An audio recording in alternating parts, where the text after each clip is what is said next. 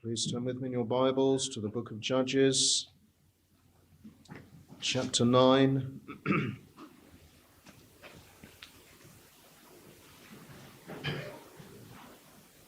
Judges chapter 9, reading verses 1 and 2.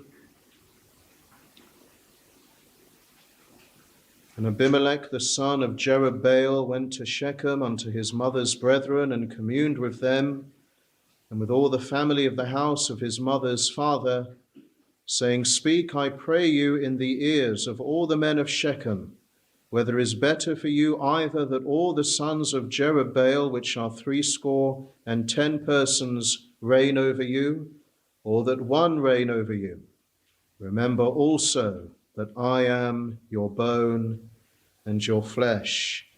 And our subject this evening is Abimelech, the unworthy king.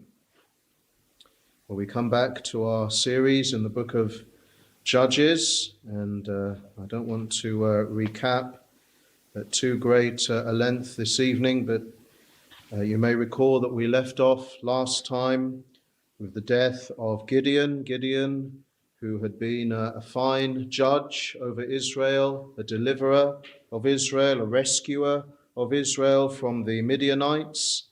He had been upright, he had been noble, he had been faithful, full of faith, but just at the very end of his life, we read that he made some mistakes, he made some errors. He created that replica ephod and replica place of worship in his own city of Ophrah, whereas the true ephod and the true place of worship, authentic worship, was to be found in Shiloh. But Gideon made his own version, the ephod, that replica that was then worshipped by the Israelites. Israel went a whoring after it, we read in chapter 27 of chapter 8, verse 27 of chapter 8 rather. So Gideon made a mistake in doing that, and he also made a mistake in that he took many wives. Remember, Gideon had refused the call of the people to become a king. He had refused to be king, even though they wanted him to be. But he seemed to have lived like a king. He had many wives. He had 70 sons, plus one son with his concubine. And we read of that in verse 31 of chapter 8. And his concubine that was in Shechem, she also bare him a son, whose name he called Abimelech. And it is Abimelech, that same Abimelech, that we shall focus on this evening. Now, Abimelech being the son of Gideon's concubine was a wife who had originally been a servant or a slave in the household. She was a Canaanite, but because Abimelech was Gideon's son, he had a claim to be somebody great, and it was greatness that he pursued. And all that we shall read of in chapter 9 will follow that tragic pursuit of greatness that Abimelech so desperately craved. This will be a sad tale in the history of the Judges. But before we look at the details of chapter 9, we see something else really that sets the tone for this very sad portion of Scripture. There was another reason for the decline in the land, and that reason was ungratefulness. And we read that just right at the end of chapter 8, verse 34. And the children of Israel remembered not the Lord their God, who had delivered them out of the hands of all their enemies on every side. Neither showed they kindness to the house of Jerubbaal, namely Gideon, according to all the goodness which he had showed unto Israel. There was ungratefulness on the part of the people, first to God and then to Gideon. And wherever there is ungratefulness, well, that is always the beginning of sorrows on any level, on a personal level, on a national level, on a spiritual level. Ungratefulness is always the beginning of a decline. You could say that this nation, for example, is ungrateful to the Lord for the way in which the Lord blessed it in past years over many centuries, particularly since the Reformation and the Victorian era, and all the great preachers and the great hymn writers and all the hospitals and schools and charities that have been set up in the name of the Lord. All of this the people are now ungrateful for in this country. Completely ungrateful. In fact, they seem to be very ashamed of their history, and this has led to national decline. So you can apply it in that way. But then we think of spiritual decline also in the life of a believer. If we find ourselves drifting away from the Lord, we can very often trace the reason back to ungratefulness. We are not grateful to the Lord for all that he has done for us, for all his provision, for all his blessing, all his answers to our prayers, for our salvation, that we are saved from death, from hell, that we know the Lord Jesus Christ. We can pray in times of trouble. We shall be heard and delivered. Ungratefulness will lead undoubtedly to spiritual decline. So we have to be careful of that. And we have to continually count our blessings and count the reasons that we have to be so very joyous in the Lord. But the decline really, or one of the great contributing factors to the decline that we shall see in chapter 9, well, it starts with the ungratefulness of the people. They had forgotten the Lord. They had forgotten all that Gideon had done, the servant of the Lord. And, well, this sets the tone for Abimelech coming to take center stage. So we're going to attempt to get to the end of chapter 9. I know it's a long chapter. So I've given each part of the chapter some headings, which I'm going to give you now so that you know where we're going.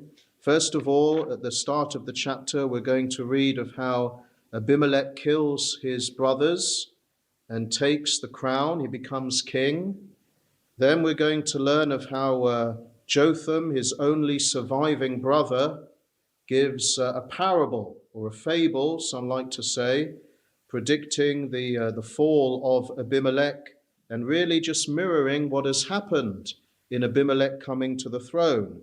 Then we're going to learn about how Abimelech falls out with the Shechemites who had previously been his supporters. He falls out with them. Then he destroys the Shechemites. And then at the very end of the chapter, if we get there, Abimelech himself dies in a place called Thebes. So those are the chapters, but don't worry, if you haven't noted all of those, I'll repeat them as we go through the chapter. So the first point, in the first part of the chapter, Abimelech kills his brothers and takes the crown. So we learn in the first couple of verses of chapter 9 that Abimelech goes to Shechem, his kinsman. Remember, his mother is from Shechem, and he goes to his family and the members of his family and says to them, start spreading a message amongst the people of Shechem in the area, propaganda, if you like. Verse 2, speak, I pray you, in the ears of all the men of Shechem, whether it is better for you either that all the sons of Jerubbaal, which are 70 persons, 70 sons, reign over you, or that one reign over you. What is better, to have 70 people reigning over you, or just one? And then at the end he adds, remember also that I am your bone and your flesh. So really he's saying, look, you don't want 70 kings. Really, it's much better to just have one king. And you should have me as your king, you Shechemites, because I'm one of you. I am your bone and your flesh. So really, he's campaigning. This is his electoral campaign to become king, if you like, to get the support of the Shechemites. And he does get the support of the Shechemites. Verse 3, his mother's brethren spake of him in the ears of all the men of Shechem all these words. Their hearts inclined to follow Abimelech, for they said, he is our brother, he's one of us, we want him to be the king. And verse 4, they gave him 70 pieces of silver out of the house of Baal Berith, which was a place of worship to Baal.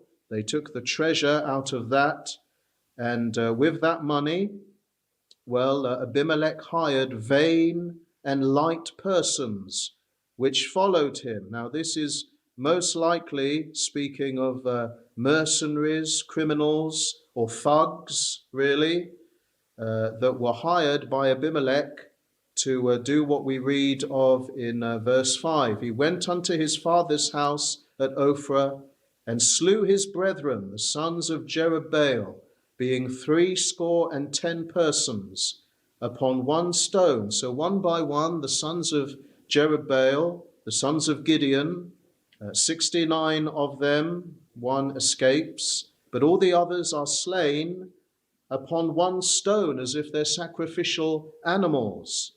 They're being slain by these thugs that Abimelech has hired. Notwithstanding, yet Jotham, the youngest son of Jerubbaal, was left, for he hid himself.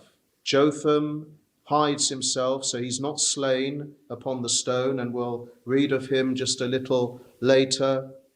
And then, of course, verse 6, all the men of Shechem gathered together, and all the house of Millo, and went and made Abimelech king by the plain of the pillar that was in Shechem. So Abimelech is made king. He obtains the crown, but in a completely ungodly manner. Completely ungodly, no fear of God at all in the way in which he has gone about becoming king. He has funded his campaign. He's hired those thugs from treasures dedicated to Baal, money that comes from idol worship. He has no qualms about doing that. Remember how Gideon, his father, cut down the altar to Baal. Gideon cut down his father's altar to Baal at great risk to his own life. He did it because he had faith. But Abimelech is the exact opposite. He takes the Baal money for his own self-promotion. Totally the opposite to his father Gideon. Gideon cuts down the altar. Abimelech takes Baal's money because he wants to glorify himself, and he uses worldly means to gain power. He gains power by force. He gains power by violence, by cruelty, by fear. That is how men gain power, of course. If men want to exert power over someone or something, that is how man does it, by force, violence, and fear. That is, of course, the exact opposite to the way in which the Lord operates and the people of God operate, and the propagation of the gospel. The gospel conquers by winning people's hearts, by wooing them, by calling out to them, inviting them, speaking of love and peace, so that they willingly turn to the Lord. There's no force, there's no violence. And so this is an ungodly way completely in which Abimelech has become king. But the second heading, you may remember, Jotham, the only surviving son of Gideon, declares a parable against Abimelech. We read in verse 5 that Jotham hid himself, but then in verse 6, all the men of Shechem gathered together. Well, we've read that. Verse 7, when they told it to Jotham, he went and stood in the top of Mount Gerizim. So the only remaining son, he goes and stands at the top of Mount Gerizim, which was right next to Shechem, and he was most likely on a ledge on the mountain that overlooked the city. So in some way he could be heard. And he lifted up his voice and cried and said unto them, hearken unto me, ye men of Shechem, that God may hearken unto you. Well, that's a wonderful way of putting it. It's only when we hearken to the word of the Lord, hearken to the gospel, that God hearkens to us and hears us. But that's another message. The trees went forth on a time to anoint a king over them. So from verse 8, there is this parable, and it's quite a strange one, because Jotham is speaking as though trees were men. He's speaking as though trees are like men looking to elect a king. That's really what is being presented here, as though trees are men looking for a leader. So verse 8, the trees went forth on a time to anoint a king over them. And they said unto the olive tree, reign thou over us. But the olive tree said unto them, should I leave my fatness, wherewith by me they honour God and man, and go to be promoted over the trees? So the trees want a king. They go to the olive tree first. The olive tree declines. Then in verse 10, they go to the fig tree, and the fig tree declines in verse 11. Should I forsake my sweetness and my good fruit and go to be promoted over the trees? So then they go to the vine, and the vine tree declines in verse 13. Should I leave my wine, which cheereth God and man, and go to be promoted over the trees? So the olive tree, the fig tree, and the vine tree, the three great fruit-bearing trees of the region, the greatest trees, they all decline. So what's left? Well, it's just a bramble. Then said all the trees unto the bramble, come thou and reign over us. The bramble that really has nothing of value, no fruit, an ugly bush, that is the thing that the trees turn to. And look at what the bramble says. And the bramble said unto the trees, if in truth ye anoint me king over you, as though he can't really believe that they're coming to him, then come and put your trust in my shadow. And if not, let fire come out of the bramble and devour the cedars of Lebanon. So the bramble is saying, if you really do want me to rule over you, then you have to submit yourselves entirely to me. Do not dare to question me or undermine me. Just do whatever I say. Put blind faith in me. Come and put your trust in my shadow. And if not, if you don't, well, then there'll be consequences. Let fire come out of the bramble and devour the cedars of Lebanon. If you don't submit to my authority, you will be punished. I will devour you, even the greatest of you, the cedars of Lebanon. That's the parable. And well, there are many things we could say about this parable, but just a couple of things. What is this parable all about? Well, the first thing we could say is that this is a comparison between Gideon and Abimelech. It's a comparison between the father and the son, because remember, as I've already mentioned, Gideon did not want to be king. Gideon perhaps is represented in the first three trees, the olive tree, the fig, and the vine. They are noble, they are grand, but they did not want to be king. And that was like Gideon. He was noble, he was grand, he had much fruit of faith, and yet he turned down the kingship. And then the bramble, of course, if we understand that the three trees represent Gideon, well, then we know what the bramble represents. The bramble represents Abimelech, nothing like his father. Not noble, not grand, no fruit, unwise, immoral, insufficient for the role, inadequate to be king. And yet he is the one who puts himself forward. So it's a comparison between Gideon and Abimelech. But there's also a larger principle which really governs my first point.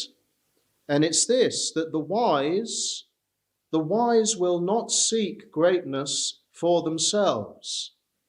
The wise will not actively seek mastery over others. They do not covet those positions of great authority. Wise people don't do that because they know the weight of responsibility. If you are to enter into those positions, those grand positions, king, ministers, pastors, well, there is so much responsibility, a greater responsibility, greater consequences if you make mistakes, greater the sin in the sight of God if you abuse your position. Wise men will not covet those positions because they know that there is more to answer to the Lord if they do something wrong. We read of this in the New Testament, James chapter 3, verse 1. My brethren, be not many masters, knowing that we shall receive the greater condemnation. Be not many masters. Don't seek after these positions as though you want to glorify yourself. Why not? Knowing that we shall receive the greater condemnation. Sometimes you meet young people, young men, and they have this great ambition to be pastors, as if it's their great career goal. They have this dream that they want to attain to. And, you wonder if they've read verses like this.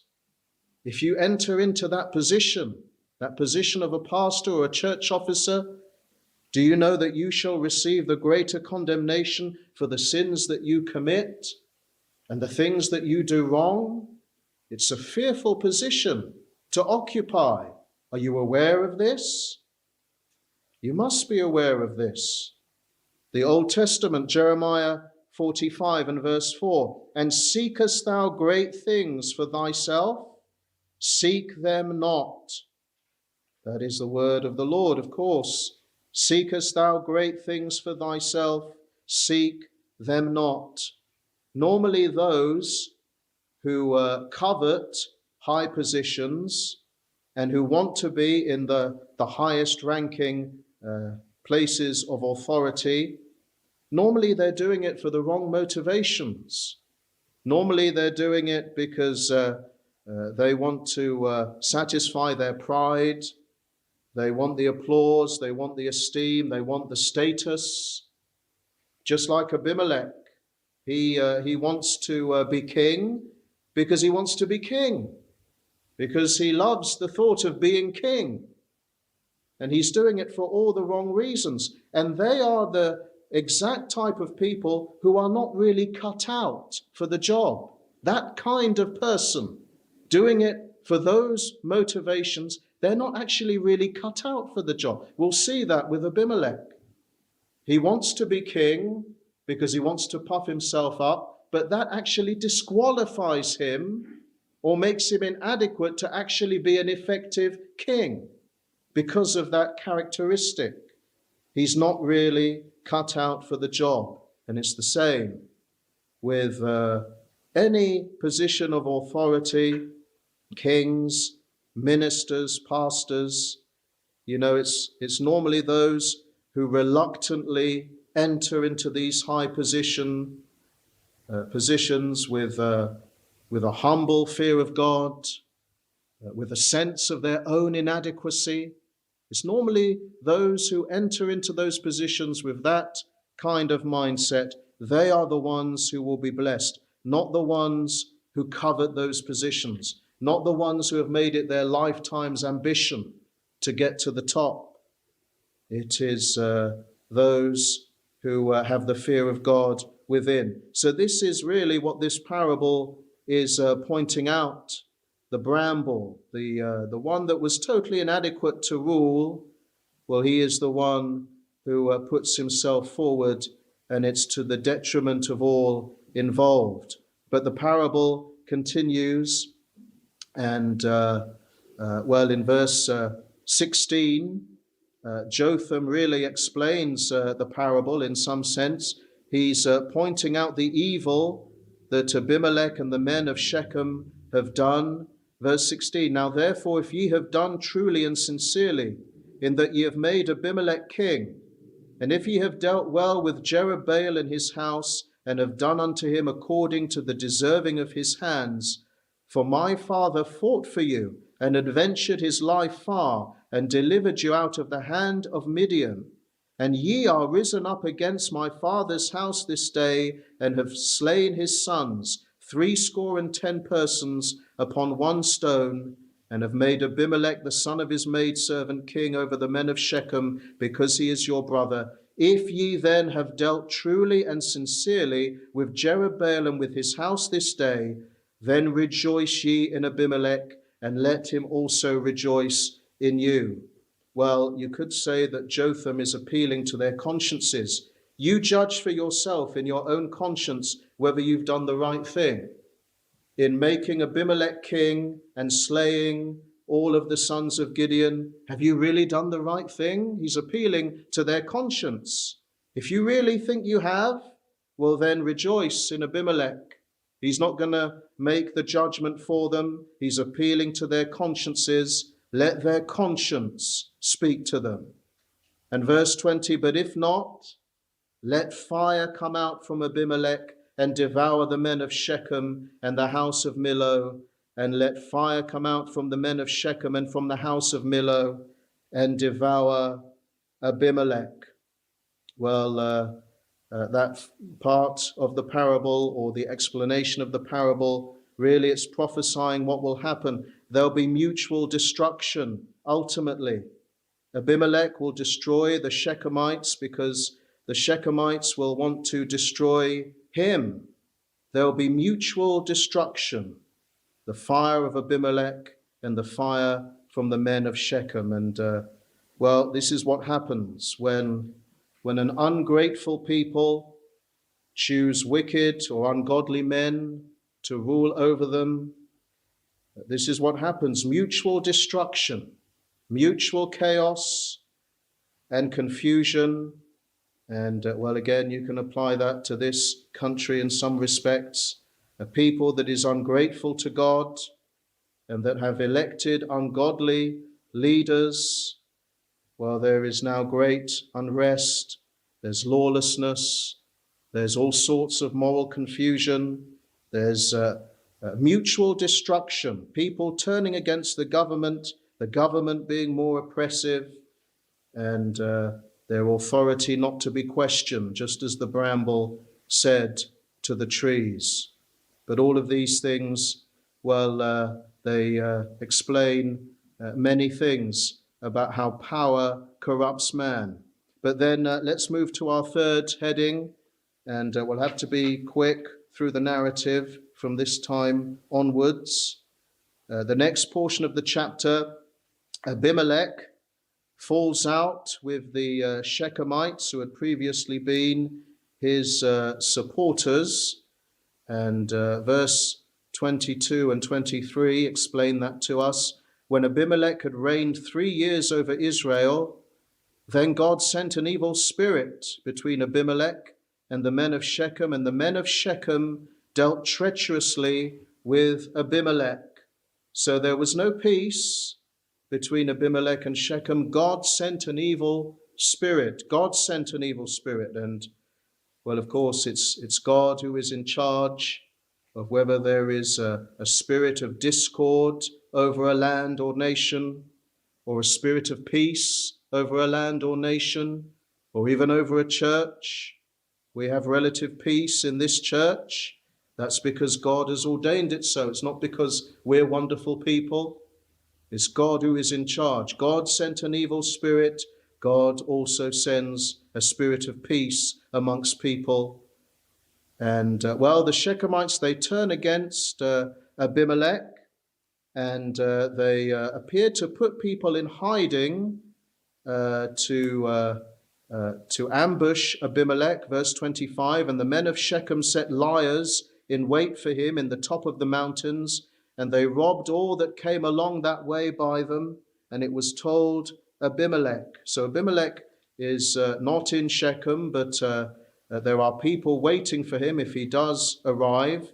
And anybody who comes, any of Abimelech's men, any of his government officials, they are taken and they are robbed.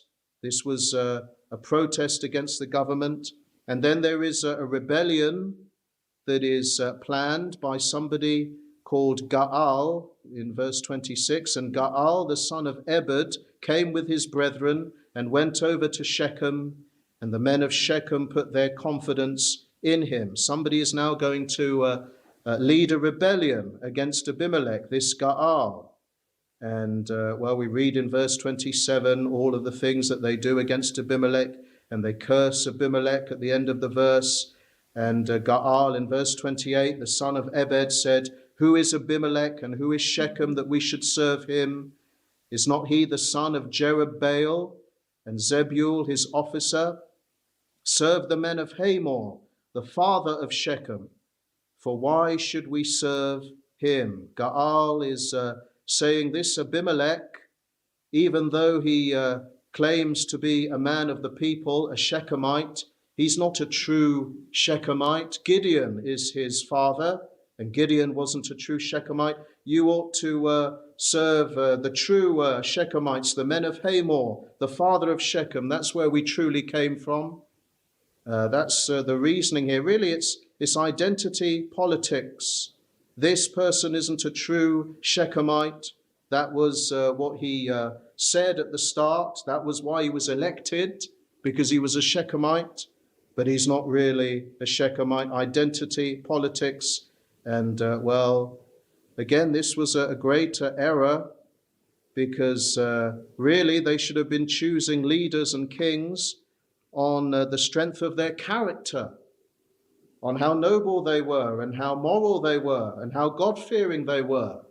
But it seems they were choosing leaders on the strength of their identity. Is he a Shechemite? Is he not a Shechemite? It was all about who he was sort of ethnically, what his reputation was and what his origin was. Nothing to do with his character, whether he was adequate for the actual job. That was put to one side. And it's really just all about his identity, but now it's being used against him. He's not actually a true Shechemite. Why should we serve him? So it's being used against him now. And, I'm not going to go through all of this portion. You can see it's quite lengthy. But Abimelech has a spy in the city, Zebul, the ruler of the city, and he informs Abimelech of what is going on. Abimelech brings an army to Shechem in verse 34. Abimelech rose up, and all the people that were with him by night.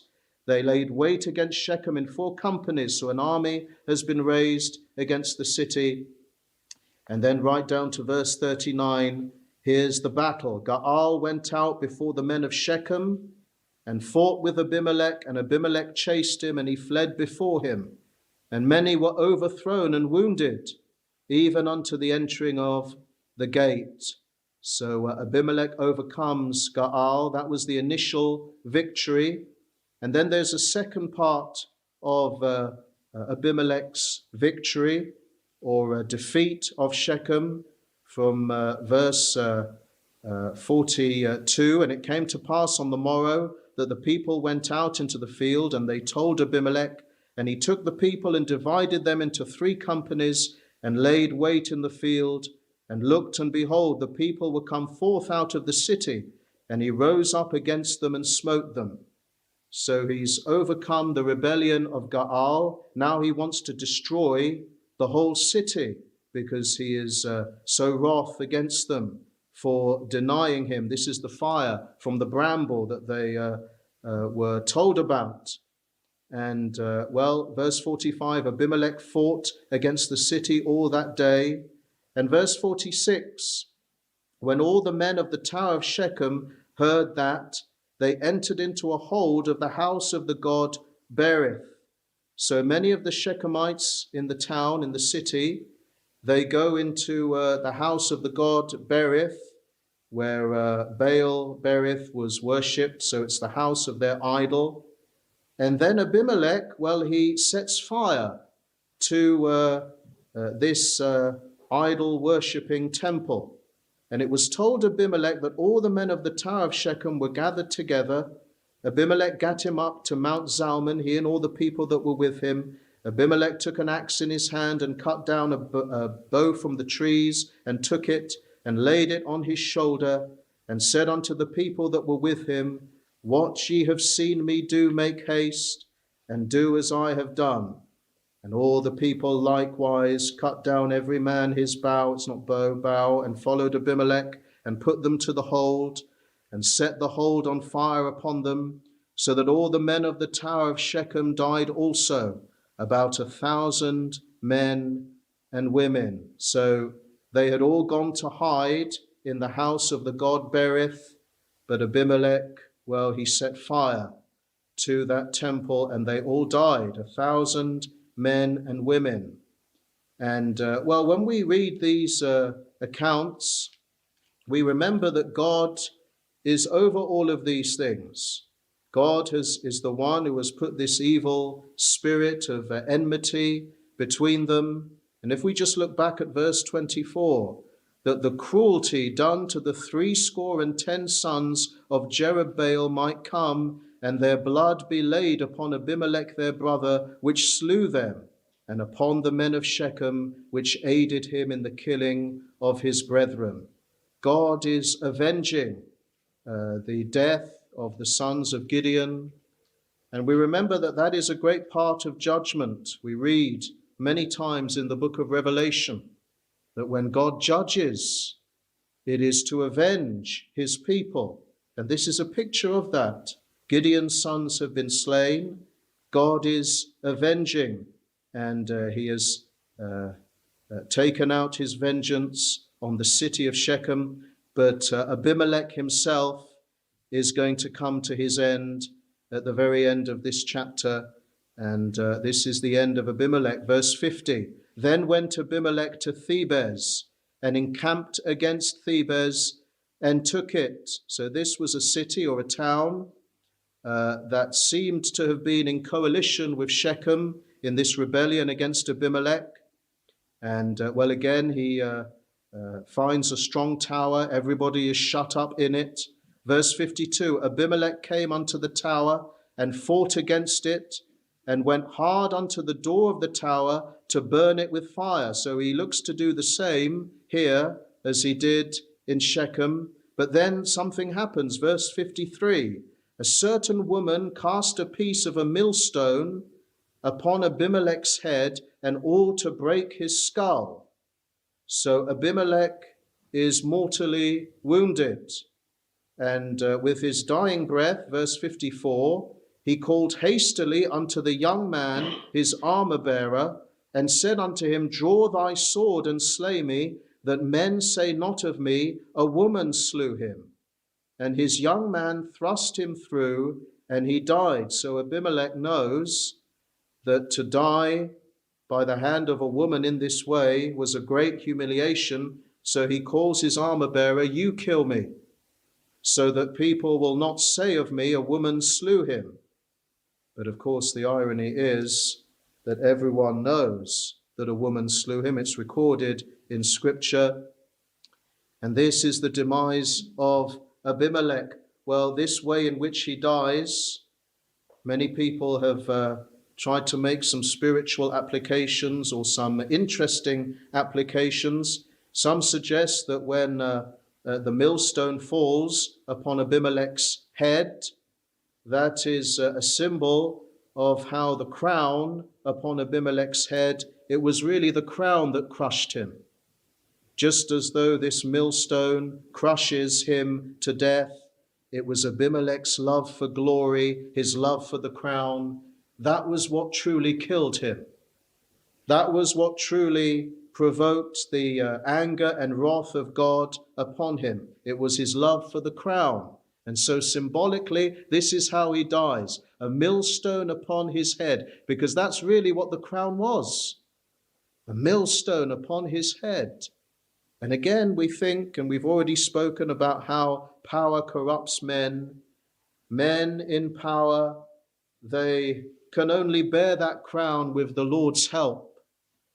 It's only with the Lord's help. It's only looking to the Lord. It's only ruling in the fear of God that any man can bear the crown. Any man can bear the responsibility of leadership. Otherwise, the crown will crush that person, will corrupt that person. We see it so often in people in authority. We see it so often in people who have fame and wealth. It's too much for them. It crushes them. And so people, or commentators, I should say, have applied it in that way. Again, I've spoken about the way in which he died. Abimelech, he wanted a great name. He wanted to be a great king. And yet he's always going to be remembered as the one who was slain in a humiliating way.